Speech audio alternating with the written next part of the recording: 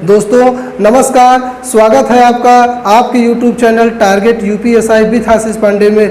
प्यारे बच्चों, आज हम लोग हाई स्कूल, इंटर तथा पॉलिटेक्निक से रिलेटेड कोऑर्डिनेट ज्योमेट्री की चर्चा करने वाले हैं। प्यारे बच्चों, यह कोऑर्डिनेट ज्योमेट्री का बेसिक कॉन्सेप्ट आज मैं बताने जा रहा हूं। अगर आप हमारी वीडियो को अंत तक देखते हो तो कोऑर्डिनेट ज्योमेट्री आपको बेसिक से और सही तरीके से आ जाएगी बच्चों, बिकॉज कॉन्सेप्ट इज पावर। अगर आपको कॉन्सेप्ट सही तरीके से आएगा बच्चों, एक पुरानी बात है कि अगर हम मेहनत सही दिशा में और सही समय पर और सही तरीके से करते हैं तो निश्चित तौर पर सफलता हमारी कदम चूमती है। प्यारे बच्चों, आइए देखते हैं निर्देशांक ज्यामिति यानी कि कोऑर्डिनेट ज्योमेट्री। बच्चों, जो कोऑर्डिनेट ज्योमेट्री होती है इसमें दो अक्षों को मिलाकर बनी होती है और इसमें दो अक्ष होते हैं, जैसे कि एक्स अक्ष की ये धन दिशा होती है और इस तरह एक्स अक्ष की ये ऋण दिशा है, वाई अक्ष की धन दिशा और ये वाई अक्ष की ऋण दिशा होती है।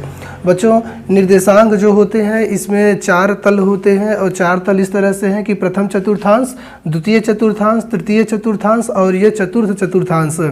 जितने भी चतुर्थांश होते हैं घड़ी के चलने की विपरीत दिशा में ये चलते हैं, यानी कि एंटी क्लॉकवाइज होते हैं। ये देखो, ये क्लॉकवाइज है और ये इस तरह से एंटी क्लॉकवाइज चलते हैं।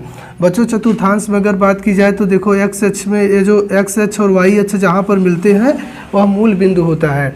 अब मूल बिंदु पर बिंदु जो मिलती है हमें वो 0,0 करके मिलती है और इसे इंग्लिश में ओरिजिन कहते हैं और इसे ओ से डिनोट करते हैं।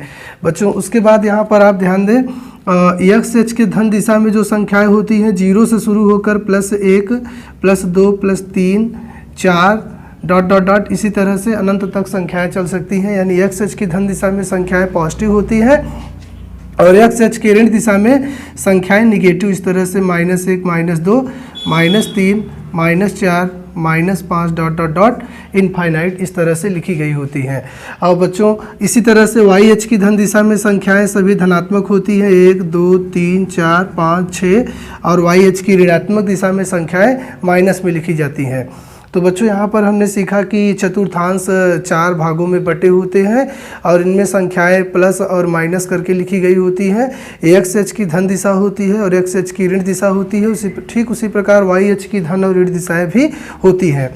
बच्चों, इन पर जैसे अगर मान लीजिए कि हमें 2,3 को निर्देशांक पर दिखाना है।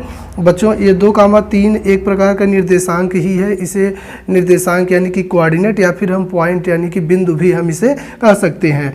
बच्चों, अगर हम देखें तो 2,3 किस निर्देशांक में है या किस निर्देशांक में है, इसको या प्रथम में है, द्वितीय में है, तृतीय में है, कैसे पता लगाते हैं? तो इसके लिए बच्चों हमें इसके चिन्हों का ध्यान रखना होता है। जैसे मान लीजिए कि यहाँ पे x का चिन्ह प्लस है और y का चिन्ह भी प्लस है, तो इस तरह से प्लस और प्लस प्रथम चतुर्थांश में आते हैं। और बच्चों, उसी प्रकार से अगर हम यहाँ पर देखें तो इसका चिन्ह प्लस है, x का चिन्ह माइनस है और y का चिन्ह प्लस है, तो इस तरह से माइनस और प्लस द्वितीय चतुर्थांश में आते हैं। तृतीय चतुर्थांश में x का चिन्ह माइनस है, y का चिन्ह माइनस है, तो माइनस और माइनस तृतीय चतुर्थांश में आते हैं।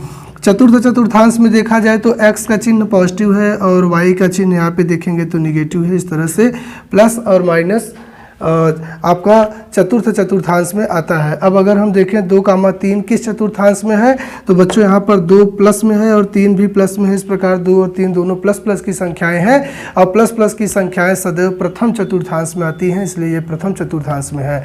बच्चों, संख्याओं को कब हम प्रथम चतुर्थांश में कहेंगे, कब हम द्वितीय चतुर्थांश में कहेंगे, कब तृतीय और कब चतुर्थ में कहेंगे, तो यह इनके चिन्हों पर आधारित होता है।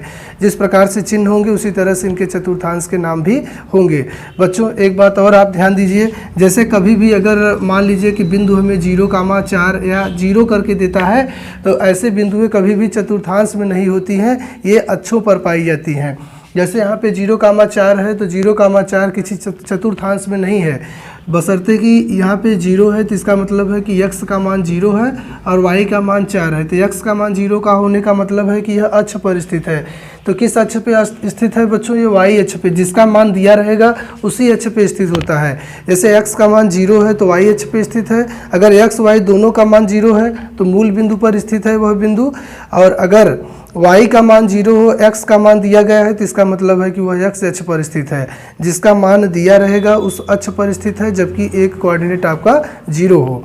आइए बच्चों, हम बिंदुओं को इस पर दर्शाना सीख लेते हैं। बच्चों, इस पर मान लीजिए आपको एक निर्देशांक दिया गया है और इसे आपको दर्शाना है। इस बिंदु को 2,3 को हमें इस पर दर्शाना है।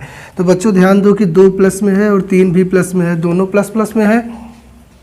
ये x का मान है और ये y का मान है। तो x का मान 2 है तो हम क्या करेंगे, x h पर 2 कदम चलेंगे धनात्मक दिशा में, 1 2। x का मान 2 है।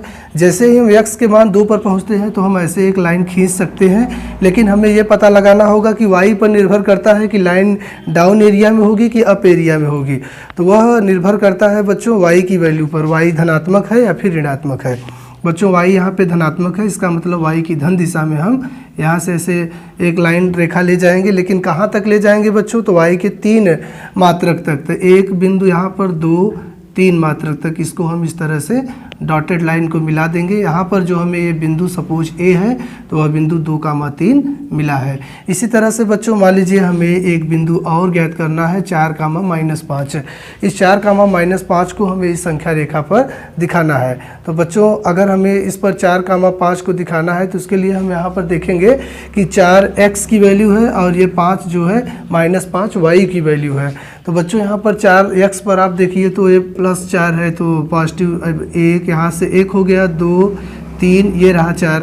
अब बच्चों इसे हम कहीं भी लाइन को ड्रा कर सकते हैं 4 पर, लेकिन हमें देखना है कि y का मान -5 है और माइनस y की डाउन एरिया में होती है। तो हमें क्या करना होगा, यहाँ पर ऐसे -5 y के सीध तक 1 2 3 4 5 लगभग इधर आएगा। तो इसको हम अगर ऐसे मिला देंगे तो यह जो बिंदु हमें मिलेगी वह बिंदु आपकी हो जाएगी 4,-5 इस तरह से।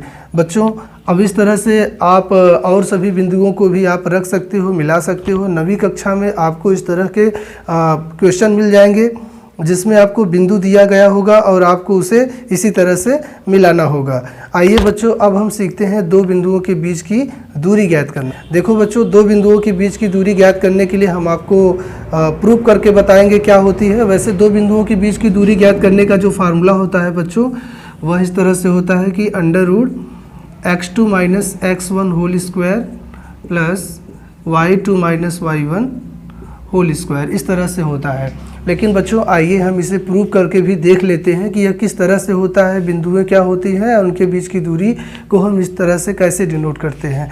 तो बच्चों मान लीजिए कि आपके पास ये एक अक्ष है, y एक्सिस है और y h की धन दिशा, और इसी तरह से बच्चों ये जो एक्सिस है ये x h की प्लस दिशा है, पॉजिटिव डायरेक्शन है। और यहाँ पे आपका मूल बिंदु होगा, चाहे तो आप इसे बढ़ा सकते हो या समझने के लिए इतना ही रहने दीजिए।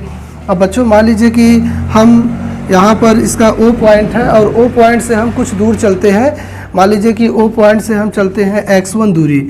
मान लीजिए कि O पॉइंट से हम यहाँ पे यहाँ से यहाँ तक की दूरी हम ले लेते हैं कि हम x1 आए, और इसी तरह से फिर हम O से कुछ और दूर तक मान लीजिए कि इसका नाम A है और यहाँ से O से हम B तक आते हैं। तो बच्चों ये पूरी मान लीजिए कि यहाँ से O से लेकर B तक की जो डिस्टेंस है वह x2 है। मान लीजिए कि यहाँ तक की डिस्टेंस क्या है बच्चों, x2 है। अब ऐसे ही O से लेकर यहाँ तक की डिस्टेंस मान लीजिए कि C है जो कि y1 है, और फिर मैं यहाँ अगर आ जाता हूँ तो ये पूरी डिस्टेंस यहाँ से यहाँ तक की दूरी को हम मान लेते हैं कि हमारी y2 है, और इसे हम नाम D या फिर C डैश दे दो, ठीक है। बच्चों अब हम क्या करेंगे, अगर हमें यहाँ पे दो बिंदुओं का पता लगाना है, एक बिंदु x1 y1 करके और दूसरी बिंदु हमें मान लीजिए कि P है, और हमें Q बिंदु का पता लगाना है जो कि x2 y2 करके है। तो थोड़ी ही देर पहले बच्चों हमने आपको बताया था इस बात को कि जैसे हमें इस बिंदु को ज्ञात करना है तो सर्वप्रथम हम ये देखते हैं कि इसका चिन्ह क्या है।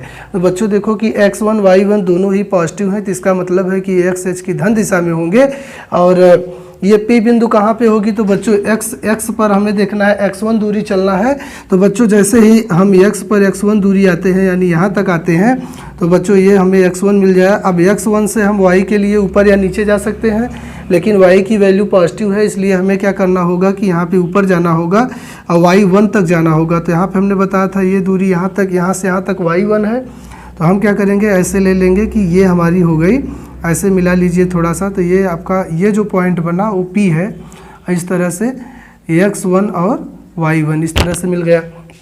बच्चों इसी पर अगर हमें x2 y2 देखना है तो x2 y2 के लिए बच्चों ये रहा x2, यहाँ से यहाँ तक की दूरी ये x2 है, और y2 बच्चों ये है। तो हमें क्या करना है, इसको इस तरह से इसमें मिला लेना है, और ये जो पॉइंट हमें यहाँ पे मिलेगा वह हमें पॉइंट मिल जाएगा Q, और ये है x2 y2, इस तरह से। बच्चों अब अगर हम ध्यान दें तो एक बिंदु P है और एक बिंदु यहाँ पर Q है। अगर हम इन P और Q बिंदुओं के बीच की दूरी ज्ञात करेंगे तो यही होता है बच्चों, दो बिंदुओं के बीच की दूरी ज्ञात करना। अगर हमें यहाँ पर P से Q के बीच की दूरी बेसिकली पता करना है तो बच्चों यही होगा, दो बिंदुओं के बीच की दूरी ज्ञात करना। तो हमें यही दूरी चाहिए, यानी PQ चाहिए। तो बच्चों PQ किस तरह से हम निकालते हैं वही हम आपको बताने वाले हैं। क्या करना है, ये P है, ये Q है। अभी मैं इसको सिंपली यहाँ पर ऐसे मिला सकता हूँ और मान लीजिए कि ये D पॉइंट है। बच्चों जैसे ही इसे इस पे मिलाते हो तो देखते हो कि ये रेखा इस रेखा के समांतर है, तो यहाँ पे 90 डिग्री का एंगल बनता है। और बच्चों इस तरह से हम देखेंगे PDQ एक समकोण त्रिभुज बन जाता है। और जैसे ही यह एक समकोण त्रिभुज बनता है तो हम समकोण त्रिभुज का पाइथागोरस थ्योरम होता है। पाइथागोरस प्रमेय में आपको बताया जा चुका है कि कर्ण का स्क्वायर बराबर लंब का स्क्वायर प्लस आधार का स्क्वायर होता है। तो बच्चों यहाँ पर हमें PQ ज्ञात करना है, उसके लिए हमें ये लंब पता होना चाहिए और ये आधार पता होना चाहिए। तो हम क्या करेंगे, इस लंब को पता करने के लिए आप ध्यान दीजिए कि यहाँ से बच्चों यहाँ से यहाँ तक की पूरी दूरी क्या है। यहाँ पर देखिए y2 है, यानी ये भी सेम यहाँ से यहाँ तक y2 है, लेकिन हमें केवल इतना चाहिए। तो आप जान लीजिए कि यहाँ से यहाँ तक की दूरी y1 है, तो ये भी y1 है। अब हम क्या करेंगे, अगर मुझको ये दूरी चाहिए तो पूरे में से इस y1 को घटाना पड़ेगा, तो ये दूरी हमें मिल जाएगी y2 माइनस y1, इस तरह से बच्चों ये y2 माइनस y1 मिल जाएगी। और इसी तरह से अगर हमें यहाँ पे दूरी अगर चाहिए होगी, ये वाला यानी कि P से लेकर D तक की दूरी, PD की डिस्टेंस अगर हमें चाहिए होगी तो बच्चों PD हमें यहाँ पे मिल जाएगी। देखिए ये पूरी डिस्टेंस x2 है, यहाँ से यहाँ तक पूरा x2 है, जबकि ये x1 है। तो हम क्या करेंगे, x2 अगर में से x1 को घटा देंगे तो ये हमें आधार मिल जाएगा। अब बच्चों अगर हम PQ निकालेंगे तो यहाँ पे हो जाएगा कि PQ बराबर आपको यहाँ पे मिल जाएगा, यानी कि कर्ण बराबर आपको मिलेगा लंब का स्क्वायर प्लस आधार का स्क्वायर। तो कर्ण बराबर आप फार्मूला पढ़ चुके हो। कर्ण बराबर जो फार्मूला होता है वो होता है कि अंडर रूट में लंब का स्क्वायर प्लस आधार का स्क्वायर। तो बच्चों आधार हमारे पास x2 माइनस x1 है, तो यहाँ से हम इसको लिखेंगे x2 minus x1 whole square plus आधार, अब लंब, तो लंब यहाँ पे क्या है बच्चों y2 माइनस y1, तो यहाँ पे हम लिखेंगे y2 minus y1 whole square. इस तरह से हम दो बिंदुओं के बीच की दूरी को डिफाइन कर सकते हैं। प्यारे बच्चों अब आइए हम कुछ उदाहरण के तौर पे आपको बताते हैं कि दो बिंदुओं के बीच की दूरी को अगर हमें बिंदु दिया गया हो तो हम सूत्र की सहायता से उसको हम कैसे ज्ञात करते हैं। बच्चों मान लीजिए कि आपको यहाँ पर बिंदु दे दिया गया है 4,5 तथा 3,2 और हमें पता लगाना है कि ये P पॉइंट है और ये Q पॉइंट है। हमको इस P और इस Q के बीच की डिस्टेंस डिफाइन करनी है। तो उसके लिए हम क्या करेंगे बच्चों, सर्वप्रथम आपको कुछ नहीं करना है, इसे मान लीजिए ये x1 y1 मानिए इसको, और ये आपका दूसरे प्रकार का बिंदु xy प्रकार का पहला बिंदु है तो x1 y1, और xy प्रकार का दूसरा बिंदु है तो ये x2 y2 हो जाएगा। अब बच्चों आपको क्या करना है, PQ इज इक्वल्स टू हो जाएगा, आपको इस फार्मूले में x2 के स्थान पर x2 का मान 3, x1 के जगह पे आपको क्या रख देना है 4, फिर ऐसे ही y2 के जगह पे 2 रखना है और इस y1 के जगह पे 5 रखना है।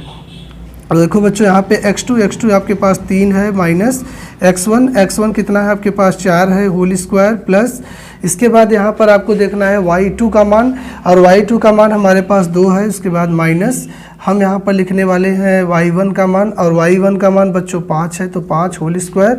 अब ये PQ इस तरह से हमें यहाँ पे मिल जाएगा अंडर रूट 3 में से अगर हम 4 को घटाएंगे तो -1 मिलेगा, लेकिन -1 का स्क्वायर आपको +1 मिलेगा, प्लस 2 में 5 घटाओगे -3 मिलेगा, लेकिन -3 का जो स्क्वायर होगा वो 9 हो जाएगा, +9। तो इस प्रकार 9 और 1 10, तो इस प्रकार से अंडर रूट 10 वर्ग इकाई जो होगी, अंडर रूट 10 मात्रक या फिर इसको इकाई कहते हैं, ये 4,5 और 3,2 के बीच की दूरी होगी।